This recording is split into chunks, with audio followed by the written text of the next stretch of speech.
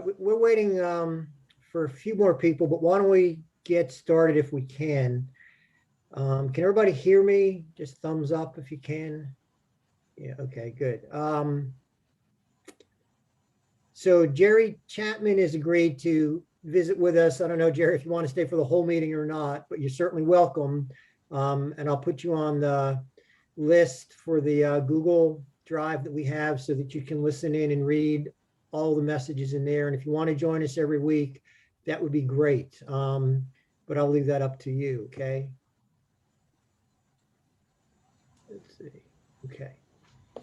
So what I thought we would do is that Jerry has agreed to sort of help us out with questions about buses, what we can do with the buses, what he thinks realistic. He probably, not probably, he definitely knows more about Cal buses probably than anybody in the city. But I'd sent Jerry a couple of the questions that we had asked last week. And Jerry, if I could just maybe ask you those and we'll start with you, is that okay? Sure, that'll be fine for you. Okay, so we'd had at one point a thought, and I like it, but I want to see if it's feasible, that we could have possibly dedicated bus lanes during the busiest times. So like, you know, from 7:30 to 9 in the morning when classes are beginning, and then at the end of the day when classes are letting out. And so one lane in the direction of traffic, we were thinking could be reserved for CAT bus and high occupancy vehicles. And just to get people sort of into the mode of using that and thinking it'd be much easier than being in the car for traffic. So has that come up? Is that realistic? Is that permissible? What are the ups and downs to that? Fran, it is something that has come up. We raised that issue with the university when they were going through their framework planning process and looking at the way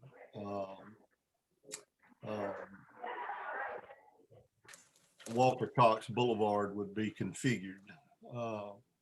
Because I think I saw it mentioned in your, I guess it was a newspaper article that I read about your meeting where someone was talking about if you didn't, if the CAT bus was just using the regular lanes of traffic, then they were going to get caught up in the same traffic jam as the cars, and that's exactly right.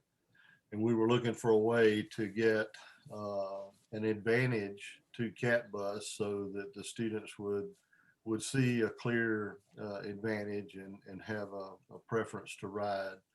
The university chose not to choose that particular option in configuring it. It could certainly be done on a time of day basis, but that would be a question for the university and whether or not they've got the manpower to deal with that, because the manpower and the infrastructure to deal with it in order to make it work.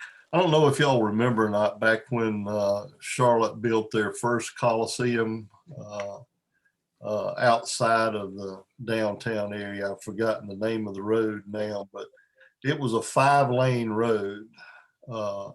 And it was a flexible road that they could choose how to make that traffic go during any point of time with electronic signals that you might have 2 lanes going in each direction with a turn lane, or you might have 4 lanes going in one direction and 1 lane going in the other direction, depending on what the event was that they were having at the Coliseum. So, you know, there are certainly ways to do it.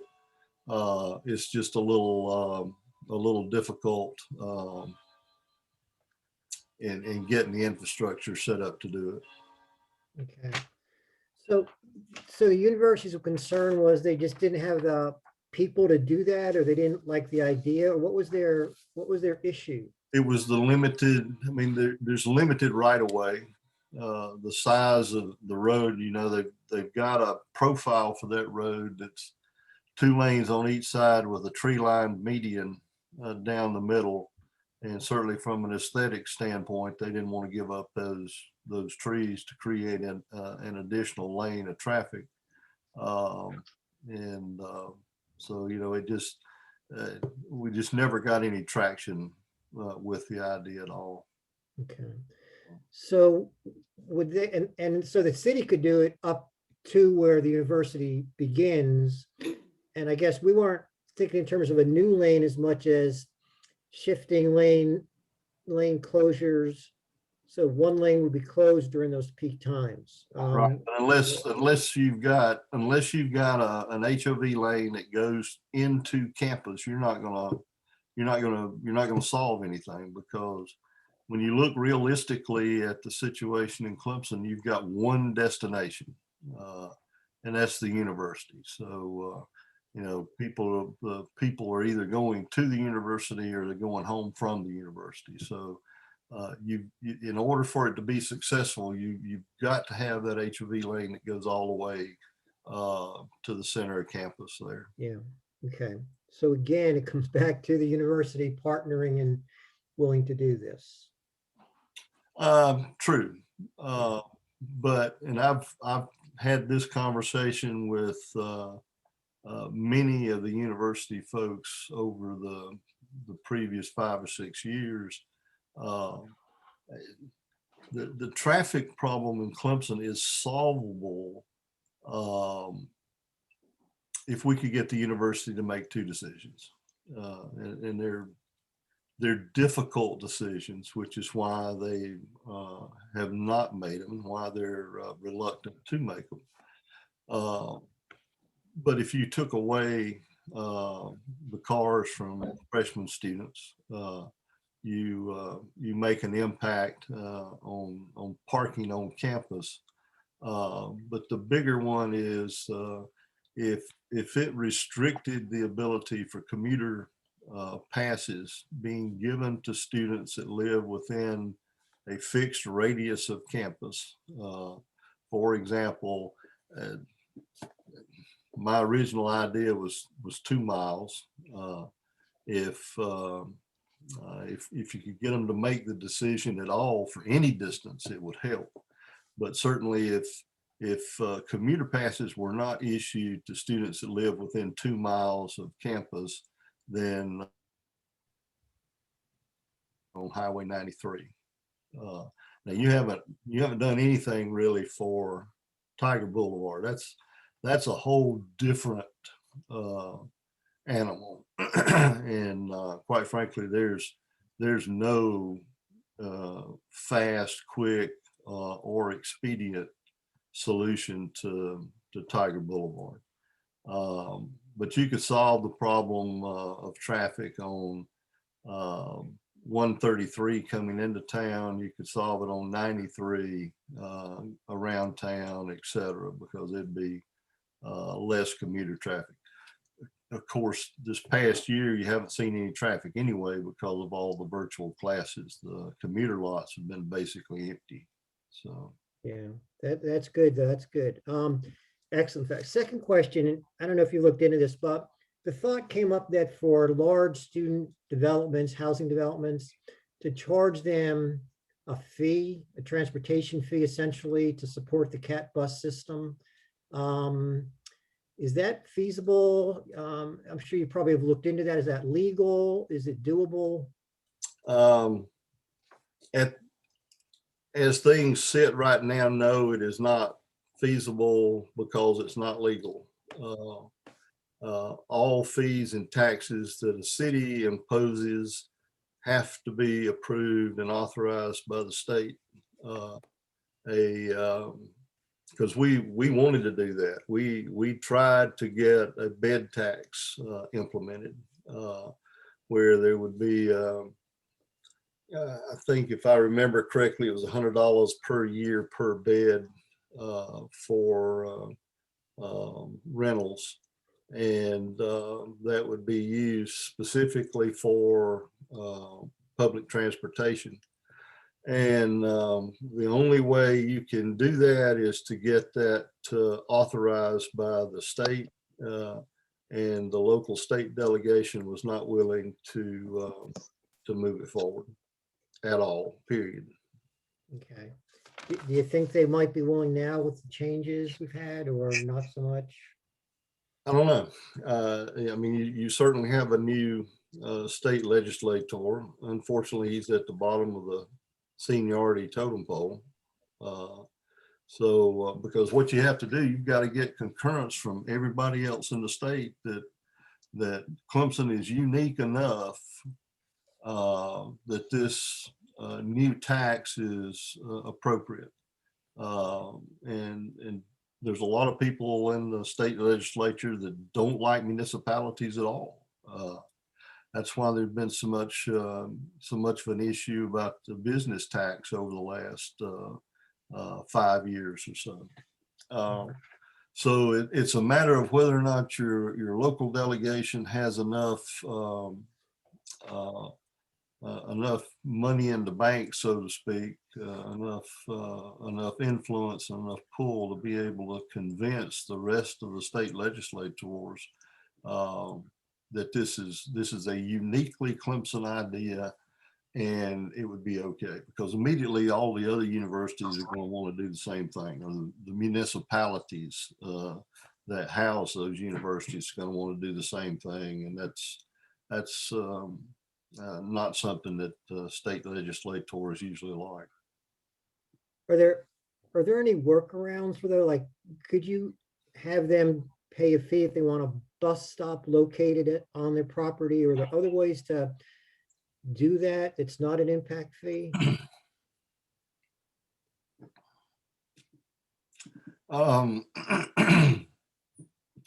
You start running into a gray area of what the FTA regulations are for public transportation, and you could, I'm not going to say you would, but you could put at risk your FTA grants if you did that. So it might be something that you could look at trying, but I would be extremely cautious, because you've got $1 million at stake, as opposed to just a little bit of money for that impact fee from the developers.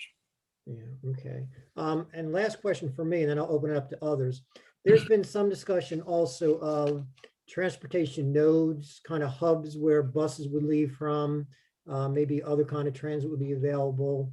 I think Wayne has said people would prefer waiting on buses than waiting for buses. So, more like a traditional place where a bus would be parked for a while and people would come to the bus from not too far away, and have several of those kind of nodes throughout the city. Would that work with Cat Bus? Again, I'm guessing you've thought of things like that before. Pluses and negatives to more, some dispersed nodes. I'm not sure that we had discussions about that specifically. It's certainly Cat Bus could adapt to that type of circumstance. And I guess what I'd want to make sure that everybody understands is that if you were able to implement that type of scenario with those transportation nodes, you are truly talking about a public transportation system, because you're really trying to get into the neighborhoods and get people to come and get there for that last mile aspect, as far as from where the bus is to home, and then take the bus to wherever they want to go. Pure, a true public transportation concept.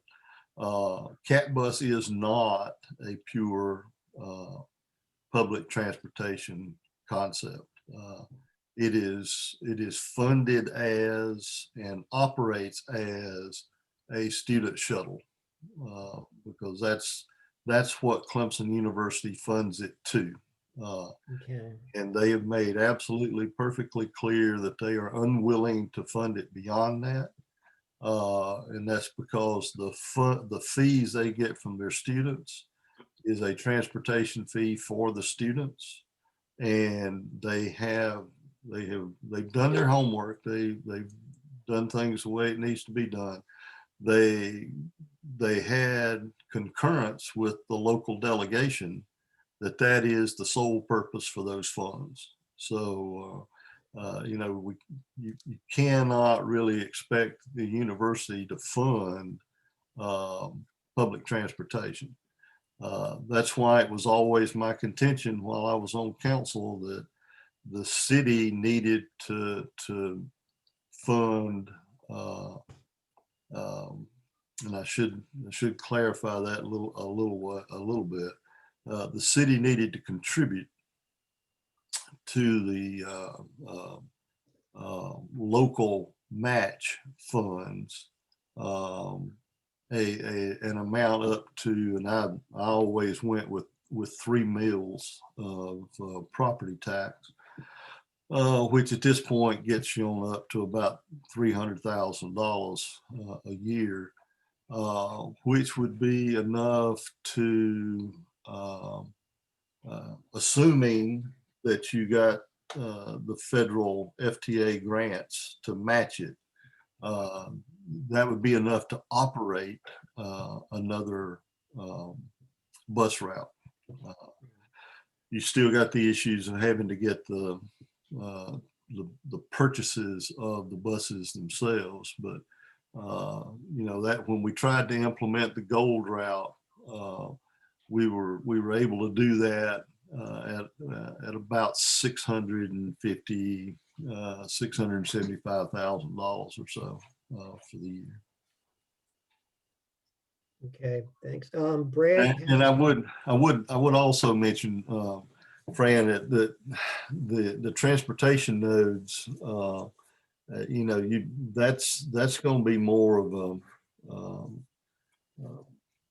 a land use decision as opposed to a cat bus or transportation decision, because you got to make a decision about whether or not that's the best use for that particular property as you go forward, because Clemson's still small and restricted in size, and so you got to make a judgment about what the best and highest use for that property is. Yeah, good point. Brad has his hand up, and others, if you want to chime in, if you can just raise your hand. But Brad, to you. Hey, Mr. Chapman, good morning. Would it be possible for we to go back to a one transit system, or where we don't have Tiger Transit, we don't have Cat Bus, we just have one area transit system like we have before? It seems like the two kind of bump heads a little bit. I was just kind of curious. First of all, you know not to call me Mr. Chapman. I'm Jerry. I know it's a habit. I'm sorry. Don't do that to me. I went back and looked at a few of my notes from the previous few years. Actually, Cat Bus is 25 years old as of January 1st. I had missed their anniversary. Hadn't thought about it, but Cat Bus went operational January 1st, 1996. And it was a joint effort between the university and the city, and it replaced the on-campus student shuttle that the university operated at that time. And it continued that way for a while, but other needs came up.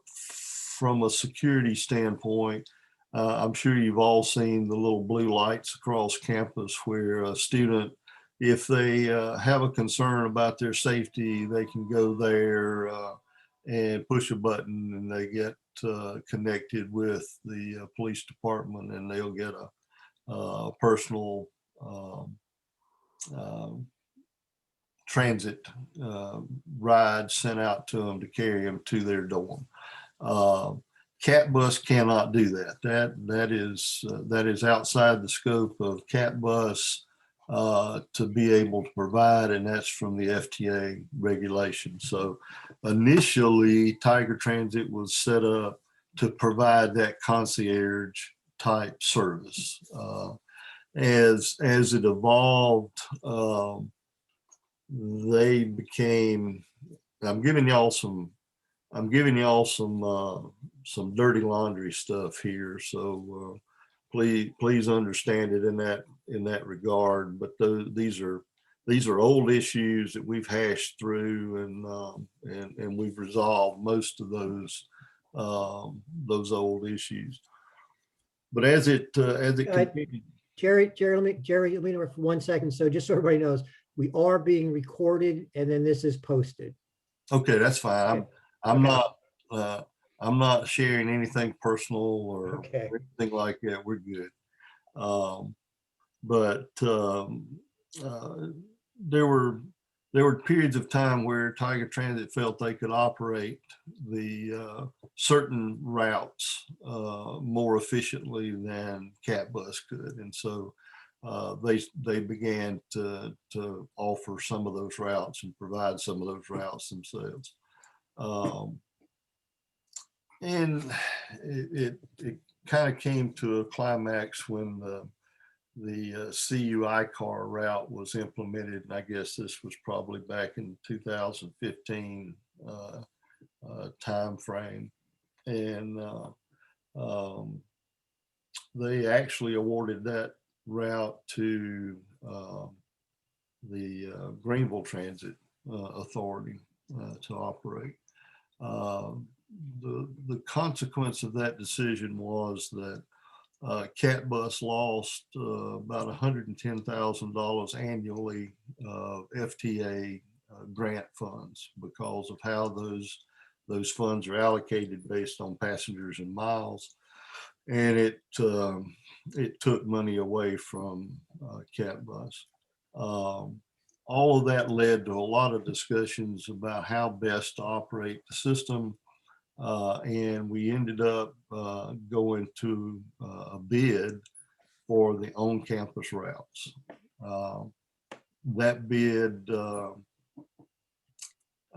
we didn't do a good job from the city's perspective of putting that bid together.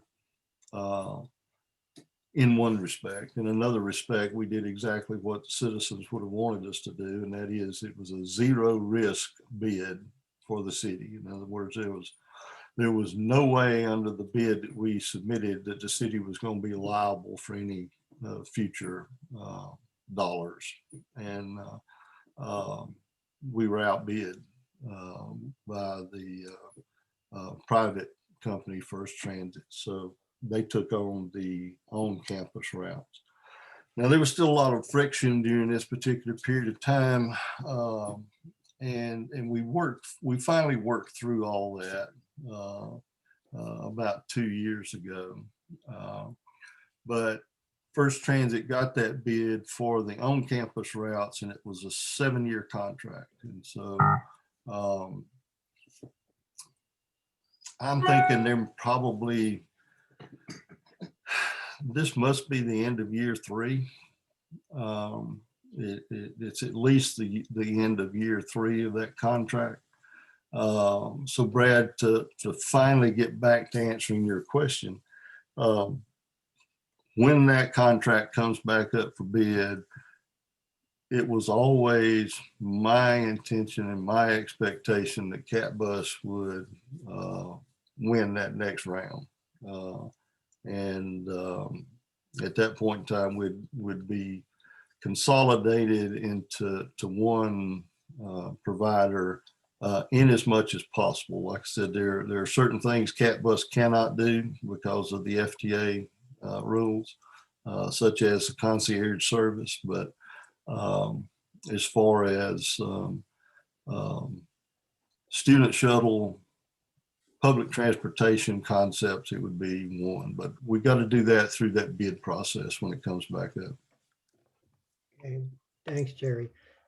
Gary, you have a comment in chat. Do you want to share that? And I think Chad, you have a comment in chat also. Gary or Chad, or Gray rather, or Chad.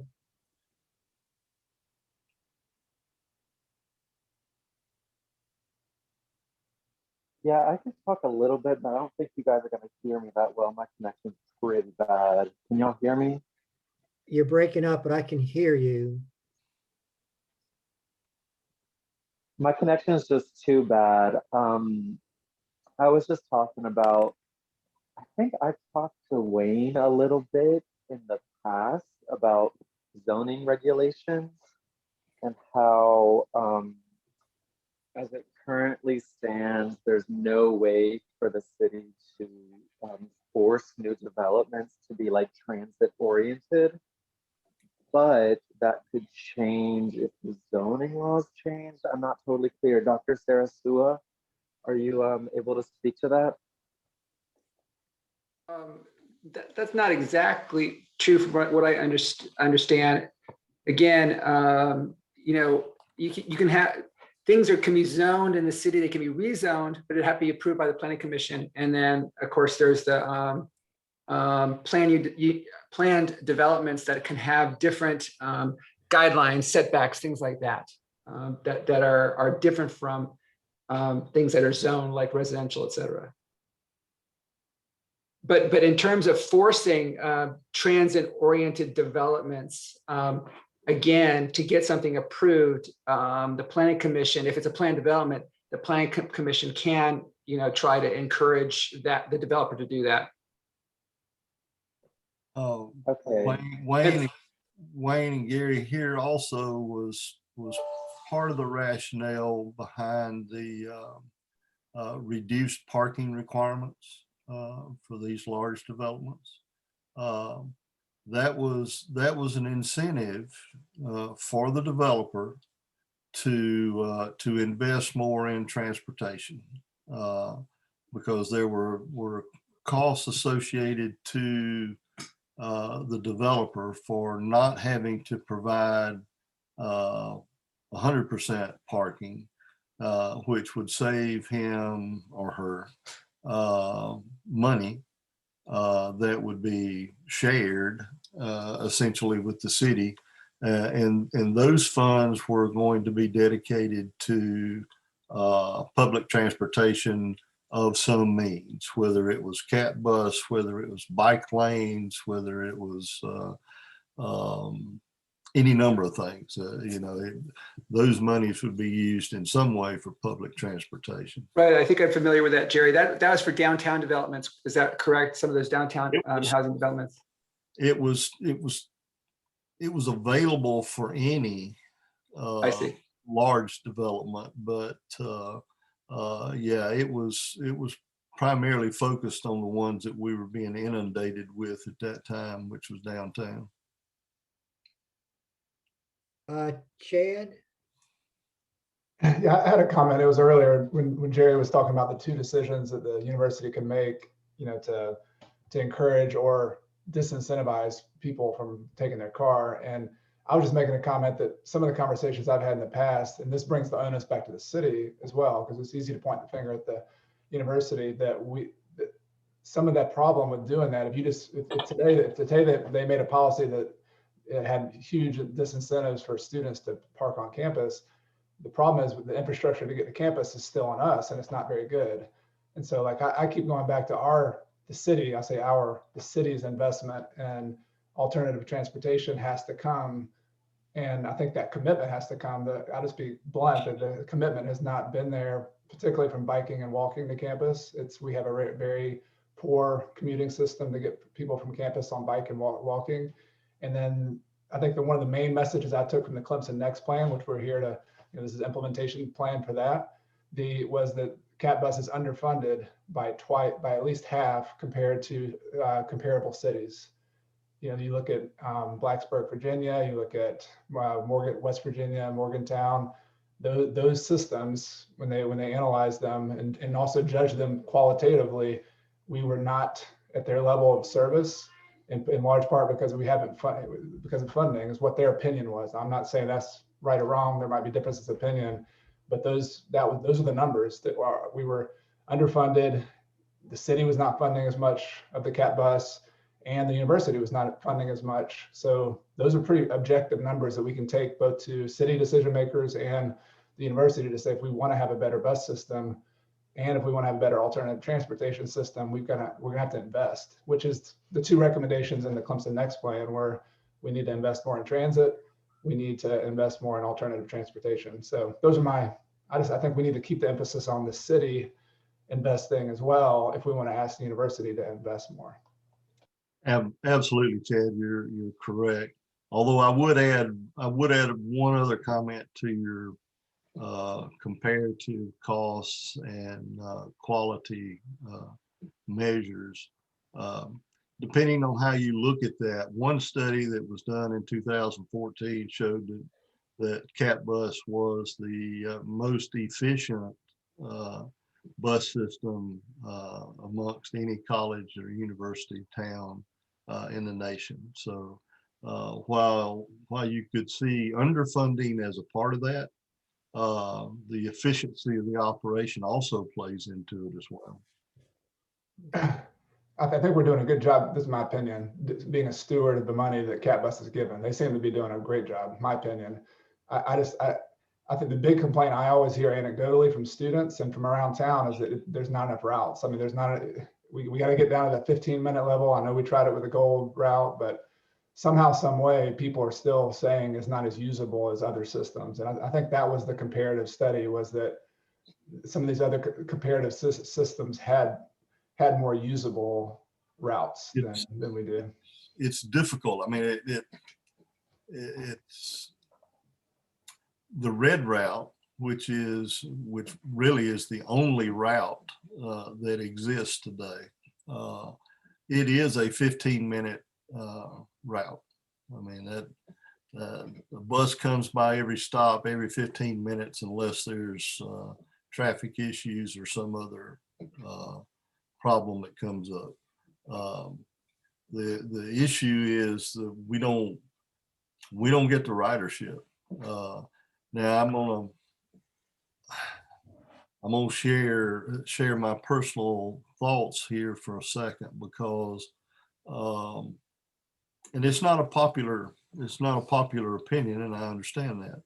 But when the large student housing developments were built in downtown, first with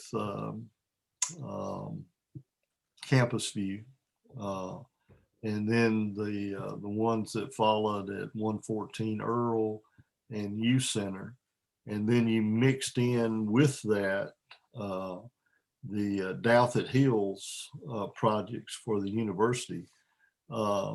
That put 3,000 students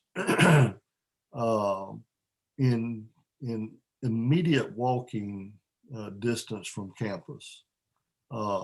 There was a direct observable reduction in the ridership on CAT bus.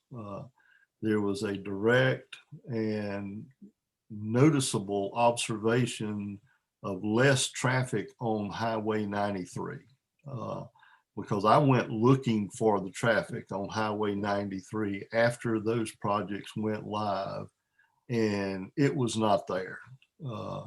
Traffic that used to back all the way up to Bojangles trying to get into campus in the mornings was not there when those projects went into service, which confirmed the planners'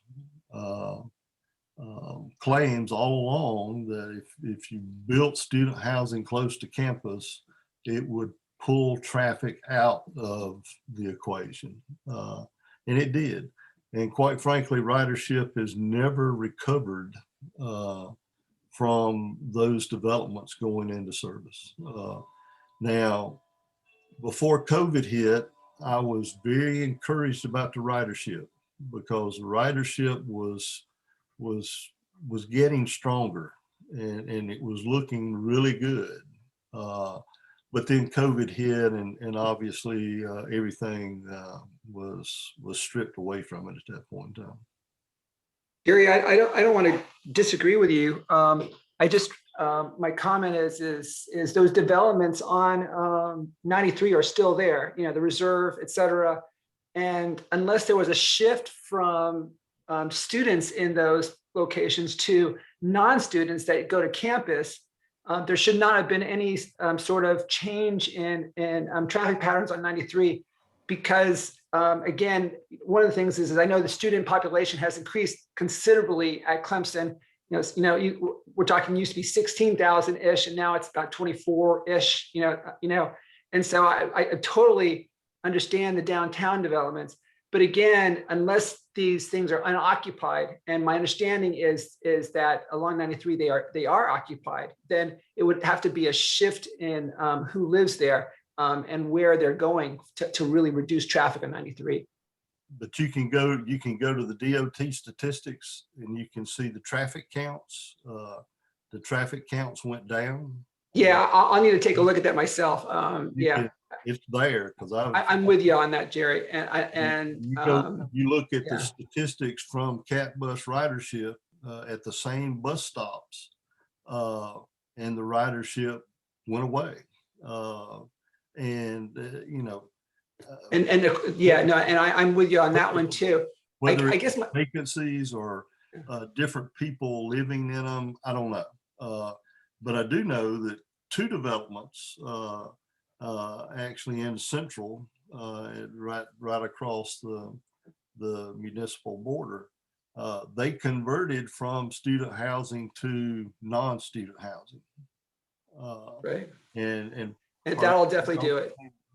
And then there's a lot of. And our thought was always that as the student enrollment increased, that we would backfill those, and that the ridership would come back. And we may have gotten to the point where that was starting to happen before COVID hit. The other thing is a lot of these developments now have their own shuttle services, or they have their own, and so I guess though the one thing with the red route though is again, people look at the utility of taking transit versus some other modes, and as the red route stops and pulls into all of these developments, it takes longer and longer to get to campus, and that's I think that could also hurt transit usage. And so I'm a big promoter. Yeah, let me just interrupt for a second. Gray has had his hand up for a while, and then we'll come back. Gray, did you have something? Yeah, sorry, I actually forgot to put it down, but I did want to say something.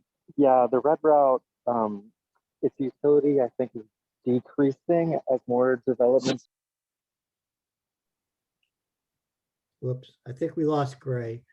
Okay, let me go back and make a point.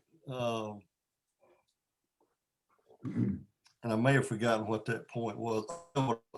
I remember somebody asking the question about having buses just go from development to campus. And that was also something that we tried with the Gold Route when we did the Gold Route. We actually tried to put 7 buses that would be available during high traffic times, such as 7 a.m. to 10 and noon to 3. And we actually staged those at specific developments, and they were going to go directly from those developments to campus. We had it at I've forgotten the name of it, the one that's just outside the reserve, just outside the city in Central. We had it at UV or University Village, or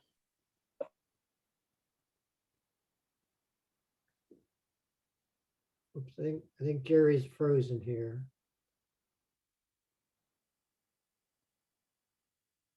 Oh, hey, how are you doing? Yep, didn't expose myself. Okay. So Jerry, are you still with us? All right, well, Jerry will probably come back. Let me sort of take us to where I thought we were going to start today, although this has been really helpful.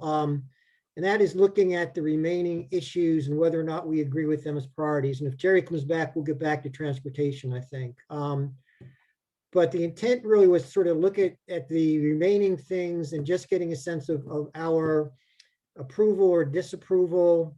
And if we want to sort of support doing them, and then later on priority. So let's sort of get back to these. And can you all see my screen, what I just put on the screen?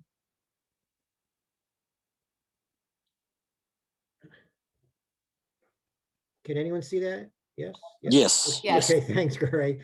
So the remaining three from the white paper, and I guess we can discuss these individually and then see where we need to go. But I think we've already touched on some of these, but the first one was ensure that new transit lines and transit service linked to areas where additional density is planned, including student housing.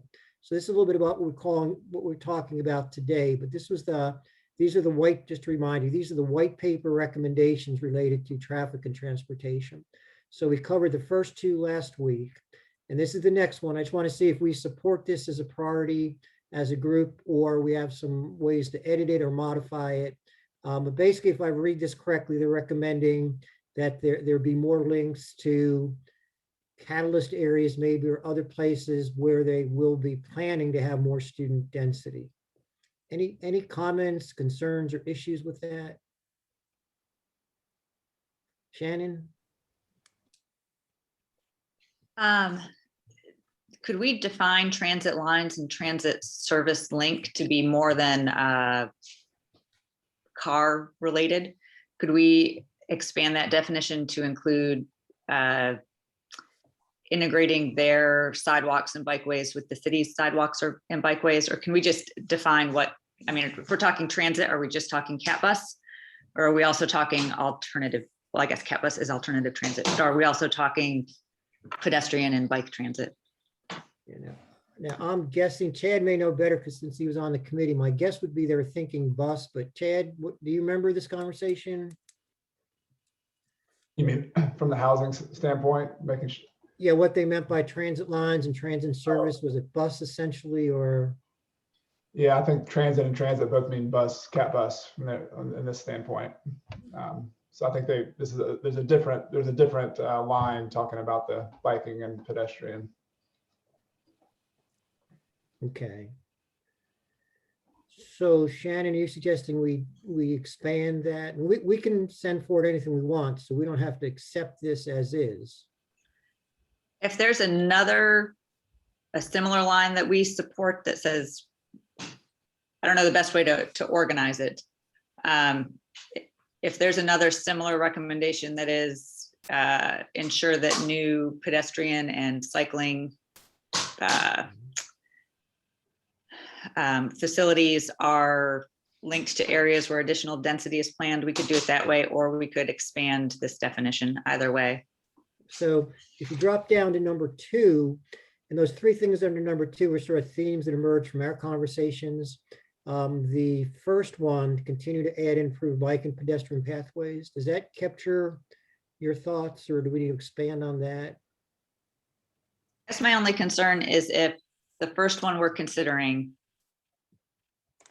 is going to be something that we forward to City Council for them to consider putting in the PD process, or to consider making a requirement for developments, then we also have to have pedestrian and bicycle pathways in there too.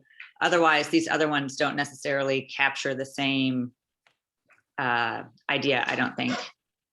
Okay. Other thoughts on that ensuring a transit line one? So I think actually what we'll do, Shannon, at least this is the way I see it right now, is we will send our whole list of priorities to council, and we will prioritize our priorities. So this is just to get them on the board, and then we'll decide where we're going to go with them. So it may very well be that those 2 are both on it in a different order, or maybe combined somehow, but it's just to get a sense of what we want to move forward on. Yes, Chad. I was just going to say it's a subtle difference, but when I read this, I read it as like transit lines chasing development. And I think it should be the other way around. And we've heard from Jerry how difficult it is to build these cat bus routes, and the routes need to stay consistent. So I think it should be the developments. We should, from a land use planning standpoint, we should only build developments along transit lines and or infrastructure where pedestrian bike infrastructure can be built.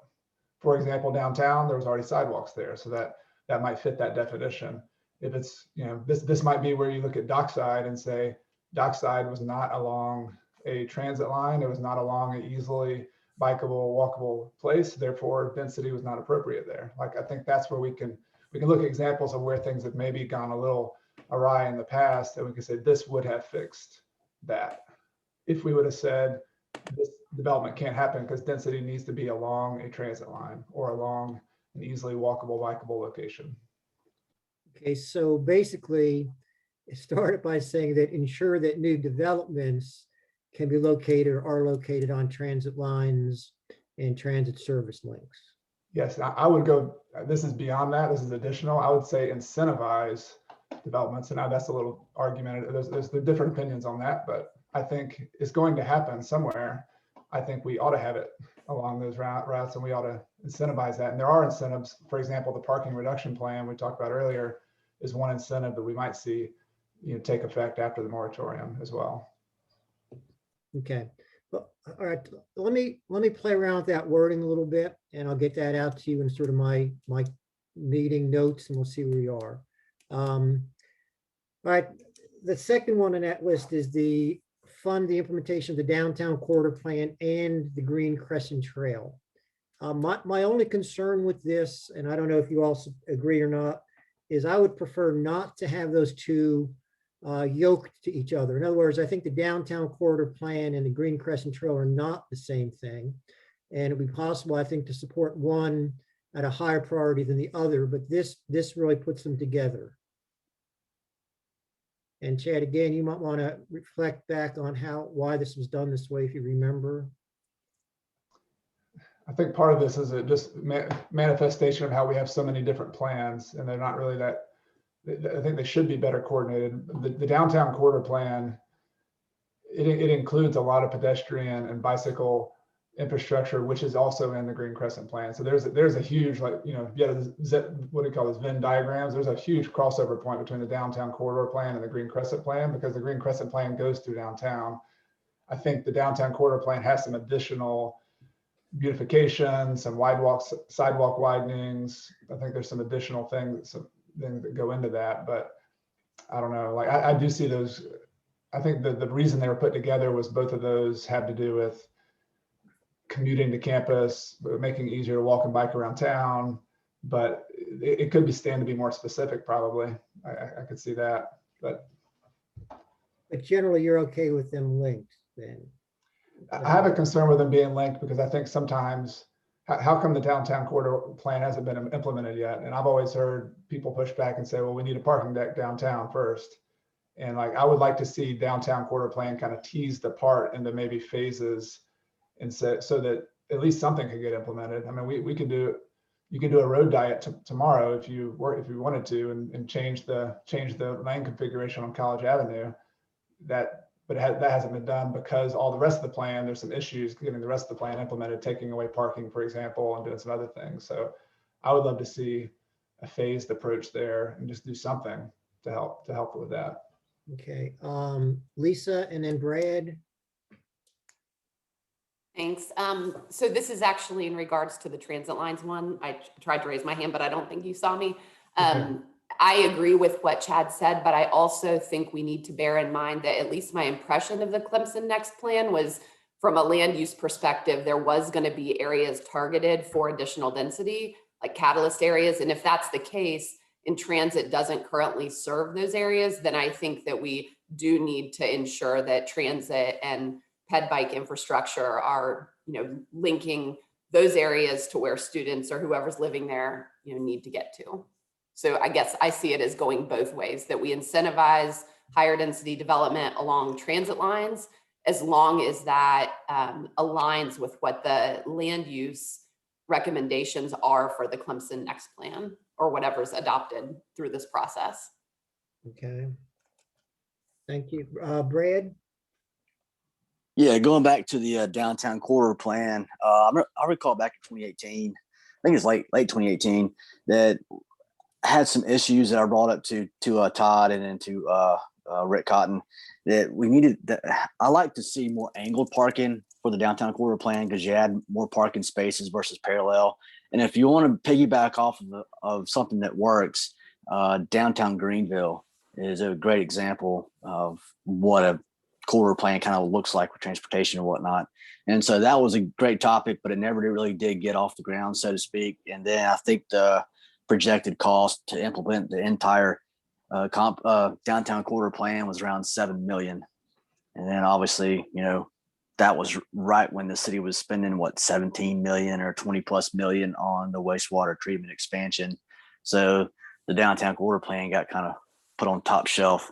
Then it's probably now we need to, Fran, you're on council. Hope you guys got the budget meeting coming up and infrastructure work session. That might be a hot topic to try to take off the shelf and try to find ways to implement that sooner than later. Well, my understanding, and I'm gonna ask, I guess I'm the only one that's committee, is that Brad, you are too, that there's going to be a charrette for the downtown corridor plan to get more specific in terms of what's going to be done, right?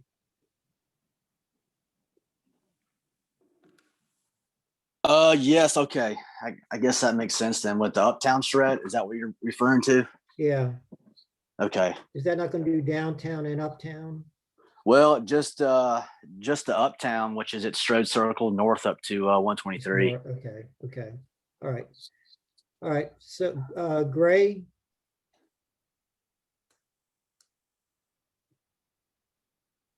Are you with us? Yes. Gray? Can you hear me? Can you hear me? I can hear you. You can hear me? Okay. It's a related question, but do we know if it would be feasible to pressure the university to actually reduce the amount of parking available on campus for people who live in like close proximity to like cat bus routes? I know it's kind of related to the first bullet point in number 1. I don't know, random question, but I think the availability of parking and it just was taken away from students because they all currently, I work with a bunch of students, by the way, and they all drive to campus. They don't take the cat bus. And even though if they live in quote unquote transit friendly developments near the red route. Anyone have any? I didn't pick up the middle part of that, Gray. I think you broke up. Unless someone else heard, I didn't get the middle part. Yeah, I think I understand. Can you hear me better now? Oh yeah, that's better, Gray. But Yeah, I it's think better. I understand what Okay, you're saying, sorry. Gray. My question was, what's the feasibility of pressuring the university to reduce available student parking on campus for people who currently live in developments that are near adequate transportation, alternative transportation? So Gray, what you're saying is super controversial. I mean, we can do it from a distance standpoint to campus, but you cannot pick and choose because now we're getting into an equity thing. And so that would be just, they won't touch that. I could assure you that. But again, they can do it from a distance standpoint in terms of, and in fact, they do have some things about as you live closer to campus, and the requirements to live on campus, all that other stuff, they have rules for that, but not selective communities, that would not be allowable. Interesting. I think Jerry brought up that suggestion about a certain distance, tying that into, I think it was the cost of parking maybe, or some other mechanism, but other. Fran, if I might add to that, I think there will come a time when the university will make that decision. It will come, in my opinion, when the value of the property that they have on campus is too valuable to use as parking, that the requirement for academic space overwhelms the ability for the university to provide parking for commuter students. Okay. And I don't know when that'll come, but I don't think you can pressure them into anything. So Fran, this is Chief, I'll chime in and I'll agree with Jerry. My experience with the University of Florida is they didn't make any changes until they made a development plan for the property that was a parking lot. And when they were expanding and putting more buildings in, that's when the parking lots went away and parking on campus became a premium, and then pushed the students to use mass transit, biking, and the like. In addition to that, what the university did down there was during the day, starting at like 8:30 in the morning, they shut roads down inside the interior of the campus, and you can only come inside of that area if you're making deliveries or you're a mass transit, like a bus or something like that, which further incentivizes folks to use the mass transit. Okay, that's good. So I Thanks, guess Chief. so I'm hearing that there's no way, essentially, until the university makes the decision itself to de-incentivize students driving, essentially. But again, there is this natural development on campus where we are removing parking lots to construct buildings in central campus. So there's not a lot of actually parking in central campus. Campus parking is moving outward, and because of that, there's just no reason for those driving from downtown, et cetera, to drive to campus, because it's not very convenient to do so. And as long as it is more convenient to walk to campus, students will do that. Okay, thanks, Wayne. Brad, is your hand up new time, or is that from the old time? Old time, I'll take it down, sorry. Sorry, Okay, it's old so time. Gray, you're okay? All right, so Good. we're at the end of the time. Jerry, that was great, and hopefully you can join us every week if you're willing to do that. That was really helpful today. I think it clarified some of the issues and put a little bit of a different perspective on some of the thoughts I had. So that was really good. So if everybody's okay with this, and I guess let's do this by let me know if you're not. I will add the ensure that new transit lines and transit service be linked, and I'll clarify that with the language that we talked about before, and the funding implementation of downtown corridor and Green Crescent Trail as two of the items that we will add to our priority list. So let me just ask you to raise your hand, either physically or electronically, if you're okay with those two things, pending my change of the wording on the first one. So either visibly raise your hand or just click the raise hand so I can make sure we're okay with that. Okay, so everybody is okay with Chad. Is your hand up? I didn't see Chad. Yeah, okay, good. So I'll clarify that language.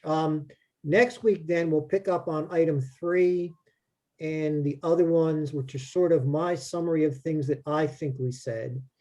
And then our next step is going to be somehow figuring out how to prioritize our priorities. And then within each priority, the strategies and action items that actually will make that happen. And Shannon actually sent me something about doing some voting online and some ranking and other kinds of things. But I do think ultimately we're all going to have to get in pretty deep to the comp plan, the land use plan, the transit plan, whatever plans we have, and see what's already been suggested and take the ones that are essential and add some others. But we'll talk more about that next week. And Wayne, yeah, we'll miss you every other week. I know we have you. Other comments? A few of you are very quiet today. Concerns, issues, anything else at all? Everybody's, and just Ensley, is that a question or a scratch? I got a quick question. Okay, great. The 2 documents that Chad shared in the chat, those are in the Google Drive folder, right? The link for the downtown plan and the presentation about the downtown corridor.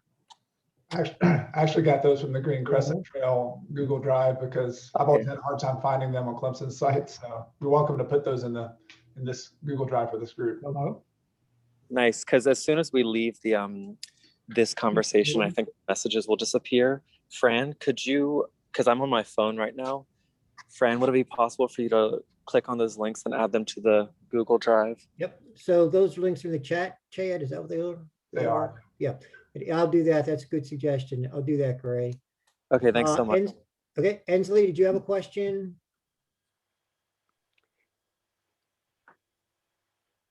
Okay, maybe not. All right, the other thing very quickly, at Monday night's council meeting, we are going to discuss or finalize hiring a project manager person. And so starting next week, that individual may be more involved. But Right now, I'm in the middle of a Zoom meeting and I just stepped off for just a second. So I'm sorry. You'll have to call me back later. okay, so Ensley, did you have something else for us?